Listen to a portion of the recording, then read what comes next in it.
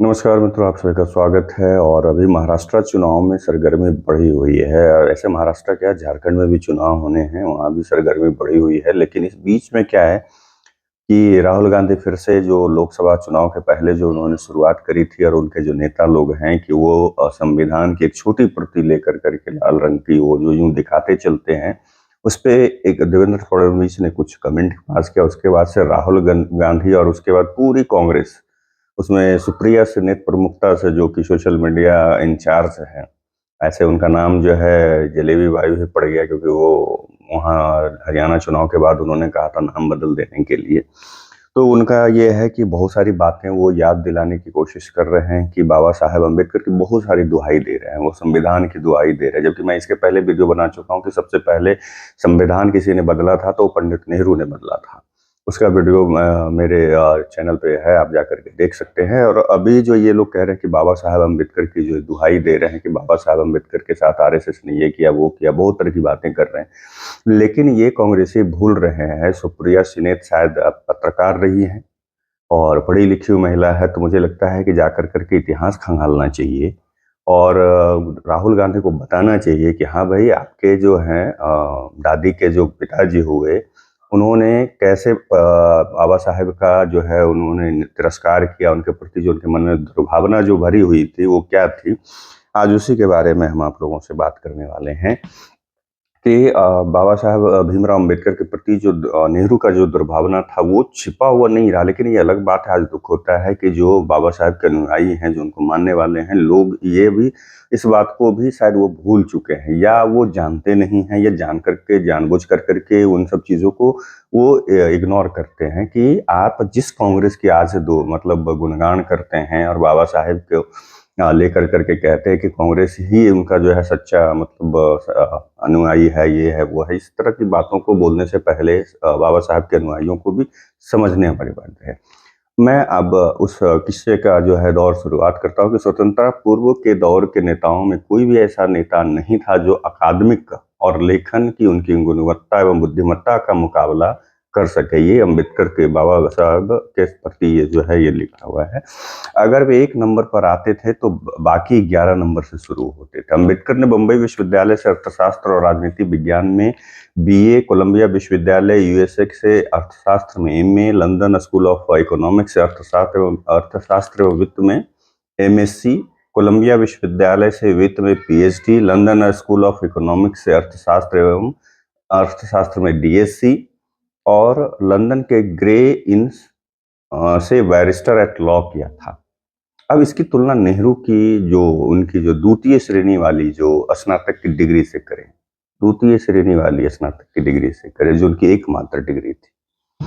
स्वतंत्रता के बाद अम्बेडकर को देश के पहले कानून मंत्री के रूप में सेवा करने के लिए आमंत्रित किया गया। इसके अलावा उन्हें संविधान का प्रारूप तैयार करने वाली समिति का अध्यक्ष भी अ, चुना गया। जब उन्हें संविधान सभा का जो है अध्यक्ष भी चुना गया, उन्होंने गर्व के साथ कहा हिंदुओं को वेद चाहिए थे और उन्होंने व्यास को भेजा। ये बाबा साहेब का कहा हुआ है कि हिंदुओं को वेद चाहिए थे और उन्होंने व्यास को भेजा, जो जाति से हिंदू नहीं थे। हिंदुओं को महाकाव्य चाहिए था, उन्होंने वाल्मीकि को भेजा जो अछूत थे। हिंदुओं को एक संविधान चाहिए और उन्होंने मुझे चुना है। डॉक्टर अम्बेडकर के लेखन में तर्क ज्ञान और विश्लेषण बेहद प्रभावशाली हैं, नेहरू से कई गुना अधिक उत्कृष्ट। अम्बेडकर सभी प्रासंगिक क्षेत्रों में नेहरू से कहीं अधिक सक्षम और जानकार थे। इसके अलावा वे अधिक समझदार और अनुभवी थे, क्योंकि वे आज़ादी से पहले कई महत्वपूर्ण विभागों को संभाल चुके थे। अगर सरदार पटेल या अम्बेडकर में से कोई एक भारत का पहला प्रधानमंत्री होता तो भारत को काफी लाभ होता, या अगर अंबेडकर वित्त मंत्री ही बने होते तो भारत को बहुत लाभ मिलता। लेकिन क्या नेहरू ने अंबेडकर की अपार प्रतिभाओं को उपयोग करने की कोशिश की? ये सवाल है कि क्या नेहरू ने अंबेडकर की प्रतिभाओं का उपयोग करने की कोशिश की? नहीं, नेहरू कभी अंबेडकर के साथ संलग्न नहीं हुए। अंबेडकर की तीक्ष्ण बौद्धिक योग्यता का के चलते शायद उन्हें हीन भावना से ग्रस्त कर दिया था, क्योंकि नेहरू में सबसे बड़ी क्या थी ना, ईर्ष्या बहुत अंदर से उनकी। बहुत सारे ऐसे पंडित नेहरू के जब कहानी किस्से सुनेंगे तो सामने वाले से उनके अंदर ईर्ष्या की जो भावना जो है वो सर्वविदित है। उसी तरह से ये इनके प्रति भी हीन भावना से वो ग्रसित थे और ईर्ष्या से मतलब ग्रसित थे। वो उनसे दूर ही रहते थे, मतलब नेहरू जो है बाबा साहब से दूर ही रहते। नेहरू को सिर्फ चमचे और पिछलग्गू चाहिए थे।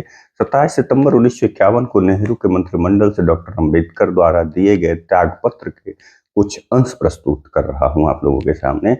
वो उन्होंने लिखा था उस मतलब त्यागपत्र में, वायसराय की कार्यकारी परिषद का सदस्य रहने के चलते मुझे इस बात का पता था कि प्रशासनिक रूप से कानून मंत्रालय का कोई महत्व नहीं है। इसमें भारत सरकार के नीति निर्धारण का कोई अवसर नहीं मिलता। हम इसे साबुन का एक खाली डिब्बा कहा करते थे, जो सेवानिवृत्त अधिवक्ताओं के खेलने का एक अच्छा साधन था। जब प्रधानमंत्री मतलब अपनी मर्जी से नहीं, गांधी के जोड़ देने पर ने मुझे प्रस्ताव, मैंने गांधी के कहने पर पंडित नेहरू ने अम्बेडकर जी को बोला था, प्रस्ताव दिया था कानून मंत्री का, तो मैंने उन्हें बताया कि मैं एक वकील होने के अलावा अपनी शिक्षा व अनुभव के आधार पर प्रशासनिक विभागों को संभालने में भी सक्षम हूँ।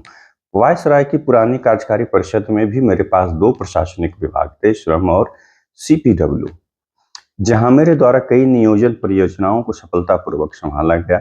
इसलिए मैं कोई प्रशासनिक पोर्टफोलियो चाहता हूँ। प्रधानमंत्री ने सहमति व्यक्त की और कहा कि वे मुझे कानून के साथ योजना विभाग का कार्यभार भी देंगे, जिसे वे जल्द ही बनाने जा रहे थे। दुर्भाग्य से योजना विभाग का गठन काफी देरी से हुआ और जब यह अस्तित्व में आया तो मुझे बाहर रखा गया।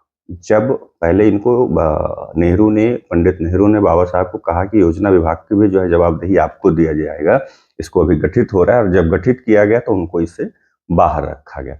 मेरे समय के दौरान मंत्रियों को एक पोर्टफोलियो से दूसरे पोर्टफोलियो में भेजा जाता रहा। मुझे लगा कि मेरे नाम के ऊपर उनमें से किसी एक पर विचार किया जा सकता है, लेकिन मेरे नाम पर कभी भी विचार नहीं किया गया। कई मंत्रियों को 2 से 3 विभाग दिए गए थे, जिसके चलते वे काम के बोझ में दब गए थे। मेरे जैसे लोग और काम चाह रहे थे।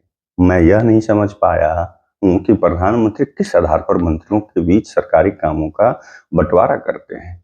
क्या वह क्षमता है? ये अंबेडकर जी ने अपने त्यागपत्र में लिखा था। ये सारे सवाल जो है उनके मन में, जहन में चल रहे थे कि क्या वह क्षमता के आधार पर काम का बंटवारा कर रहे थे? क्या वह भरोसा है? क्या वह दोस्ती है? क्या वह लचीलापन है? मुझे मंत्रिमंडल की मुख्य समितियों जैसे विदेश मामलों की समिति या रक्षा समिति के सदस्य के रूप में भी नियुक्त नहीं किया गया। आर्थिक कार्य समिति का गठन किया गया तो यह देखते हुए मुझे उम्मीद थी कि मेरी पृष्ठभूमि वित्त और अर्थशास्त्र की रही है, इसलिए मुझे इस समिति में जरूर शामिल किया जाएगा। लेकिन मुझे शामिल नहीं किया गया। संसद और मंत्रिमंडल में उनकी प्रतिभा के आधार पर उन्हें एक पद देने के बजाय नेहरू ने उनके खिलाफ षड्यंत्र किए और चुनावों में उन्हें हरवाने के लिए एड़ी चोटी का जोड़ लगा दिया, जो आज अम्बेडकर की दुहाई दे रहे हैं, बाबा साहब की दुहाई दे रहे हैं कि हम उनके सच्चे अनुयायी हैं, उनसे दूसरे को दुख है, जबकि ये बोल जाते अपने इतिहास के आपके जो सबसे बड़े नेता आज के हुए, जो नेहरू मतलब जो गांधी फैमिली यानी जो राहुल गांधी के सबसे बड़े परिवार के जो जिनको इन लोग मतलब जो भी कहें, मैं उन सब शब्दों का प्रयोग नहीं करना चाहता, वो बाबा साहब को चुनाव हरवाने में अपनी पूरी ताकत झोंक दी थी और ये लोग दूसरे को आज ज्ञान दे रहे हैं। अब 20 अगस्त 2012 को आउटलुक पत्रिका में छपे एक लेख, एक केस फॉर भीम राज्य में एस आनंद एक चौंकाने वाली घटना का वर्णन करते हैं।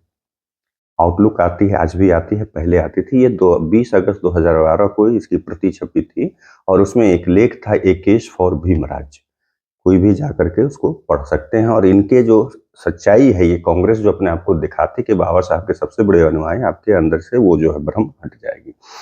वो लिखते हैं एस आनंद के आखिर में अब अम्बेडकर के जीवन के सबसे बुरे अपमानों में से एक के साथ शुरू करते हैं, जो उनकी मृत्यु से सिर्फ 3 महीने पहले की घटना है। 14 सितंबर 1956 को उनके अपने 5 लाख के करीब अनुयायियों के साथ बौद्ध धर्म अपनाने से ठीक महीना भर पूर्व उन्होंने 26 अलीपुर रोड दिल्ली के अपने निवास से प्रधानमंत्री को एक मार्मिक पत्र लिखा। अपने यादगार ग्रंथ द बुद्ध एंड हिज धम की विषय सूची को 2 प्रतियां संलग्न करते हुए अंबेडकर ने अपने गर्व को नीचे दबा लिया और अपनी उस पुस्तक को, जिसे उन्होंने 5 वर्षों की कड़ी तपस्या के बाद पूरा किया था, कि प्रकाशन में सहयोग मांगा। मुद्रण की लागत बहुत अधिक है और करीब 20,000 रुपये का खर्च आएगा। यह मेरी क्षमता से परे है, इसलिए मैं सभी क्षेत्रों के लोगों से मदद मांग रहा हूं। मैं चाहता हूं कि भारत सरकार विभिन्न पुस्तकालयों और उन्हें विद्वान को देने के लिए इसकी 500 प्रतियां खरीद ले, जिन्हें बुद्ध की 25वीं जयंती पर आयोजित होने वाले कार्यक्रमों में शामिल होने के लिए आमंत्रित किया जा रहा है। उस समय 25वीं जयंती के बुद्ध की मनाई जा रही थी, उसमें जो शामिल होने वाले थे उनके लिए वो अंबेडकर साहब ने जो चिट्ठी लिखी थी, बाबा साहब ने पंडित नेहरू को, कि आप भाई पुस्तकालय में और उन लोगों जो बुद्ध को मानने वाले जो 25वीं जयंती में आ रहे हैं, 500 आप प्रति खरीद लीजिए और उनको ये बांट दीजिए। अंबेडकर को तब तक बहिष्कार झेलने की आदत पड़ चुकी थी। अशोक के बाद बौद्ध धर्म के सबसे बड़े प्रतिपादक को बहुत बेदर्दी से बुद्ध जयंती समिति से बाहर रखा गया था, जिसकी अध्यक्षता तत्कालीन उपराष्ट्रपति एस राधाकृष्णन कर रहे थे। नेहरू ने अगले दिन अंबेडकर को जो जवाब दिया वह और भी बदतर था।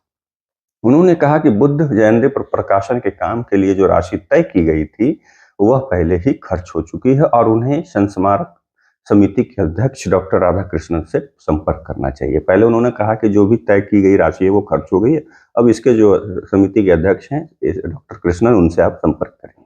नेहरू ने अनावश्यक तरीके से कुछ व्यापारिक सलाह भी दे दी, जो कि नहीं देना चाहिए, फिर भी उन्होंने दी। पंडित नेहरू ने कहा, मैं आपको सुझाव देना चाहता हूं कि आप अपनी पुस्तक को बुद्ध जयंती के समय दिल्ली और अन्य स्थानों पर बिक्री के लिए रखें, क्योंकि तब बाहर से कई लोग आएंगे, तब इसकी बिक्री अच्छी हो सकती है। सोच देखिएगा। कहा जाता है कि राधाकृष्णन ने अंबेडकर को मदद न कर पाने के बारे में फोन पर बता दिया था। यह मौजूदा प्रधानमंत्री और उपराष्ट्रपति द्वारा देश के पूर्व कानून मंत्री और संविधान की प्रारूप समिति के अध्यक्ष के प्रति दिखाए गए विनय का नमूना है। अंबेडकर को यह सुझाव दिया गया कि वे एक स्टॉल लगाएं। जैसा मैंने जो पंडित नेहरू ने जो बाबा साहेब को जो सलाह दी थी कि मैं एक सलाह दे रहा हूँ, सुझाव देना चाहता हूँ कि आप एक स्टॉल लगाएं, उस पर प्रतियां रखें और जो बाहर के गेस्ट आ रहे हैं उन प्रतियों को बेचें और उससे आपकी लागत भी निकल जाएगी और अच्छी आमदनी भी हो जाएगी। क्या वे अंबेडकर के महान कार्यों के लिए कुछ हजार रुपयों की व्यवस्था नहीं कर सकते थे? वह भी तब जब सरकार नेहरू और गांधी के ऐसे छोटे मोटे कामों पर लाखों रुपए खर्च कर सकती है, जो उनके मुकाबले बहुत हल्के थे।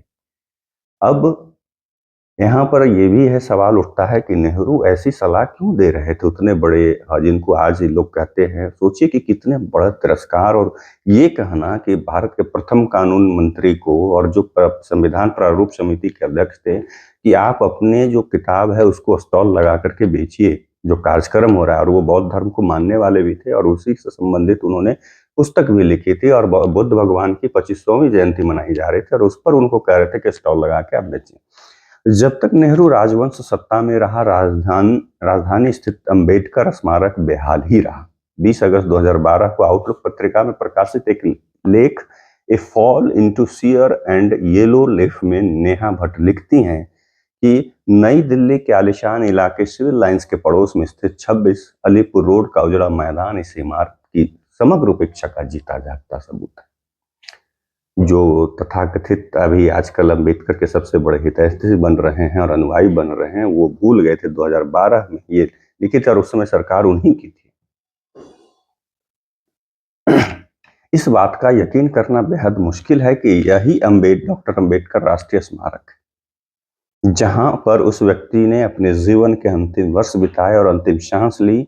यहाँ की आगंतुक पुस्तिका दीवारों से अधिक स्थिति का बखान करती है। यहाँ आने वाले आगंतुकों की संख्या न के बराबर है, जिनमें से अधिकांश महाराष्ट्र, हरियाणा और गुजरात से आते हैं। इस स्थान को सिर्फ एक बेहतर स्मारक बनाने की आवश्यकता ही नहीं, बल्कि पंखों, लाइट और कुछ वायु संचार की भी आवश्यकता है।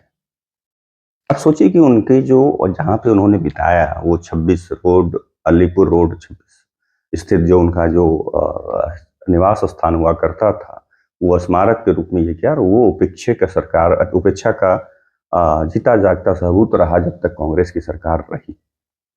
और ये अनुयायी बनते हैं, ये दुहाई देते हैं दूसरों को, बाबा साहब से, कि दूसरे को बोलते हैं कि चिढ़ है आपको, मतलब दिक्कत है उनकी बातों से, तो संविधान से दिक्कत है। ये संविधान भी सबसे पहला आपके पंडित नेहरू ने बदला था 1951 में, 10 मई 1951 को।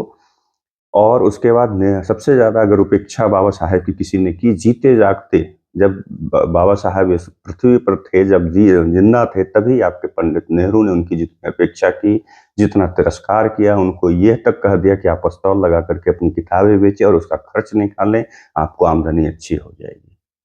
क्या ये इससे भी बड़ा कोई बाबा साहब का मतलब क्या कह सकते हैं, उनको जलील करना, कोई इससे ज्यादा कोई उनकी अवहेलना कर सकता है?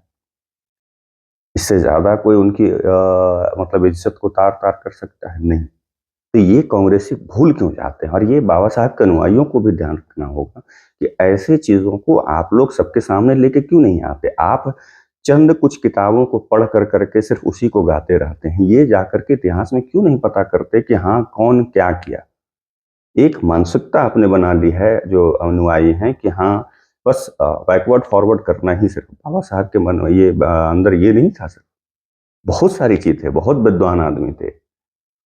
उस समय जैसा कि मैंने शुरू में ही बोला कि उस समय अगर टॉप 10 की बात आती तो पहले नंबर पे पढ़े-लिखे हुए लोगों में और हर चीज़ के मामले में बाबा साहब नंबर 1 पे आते।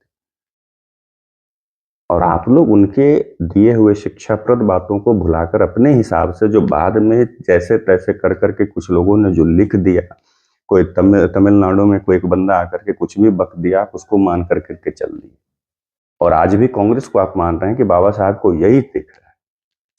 अभी बहुत सारी जो है ना, ये अभी मैं ज़्यादा नहीं रिवील करूँगा, ये हैं, अभी मैं ये किताबें पढ़ रहा हूँ और धीरे-धीरे आप लोगों से साझा कर रहा हूँ।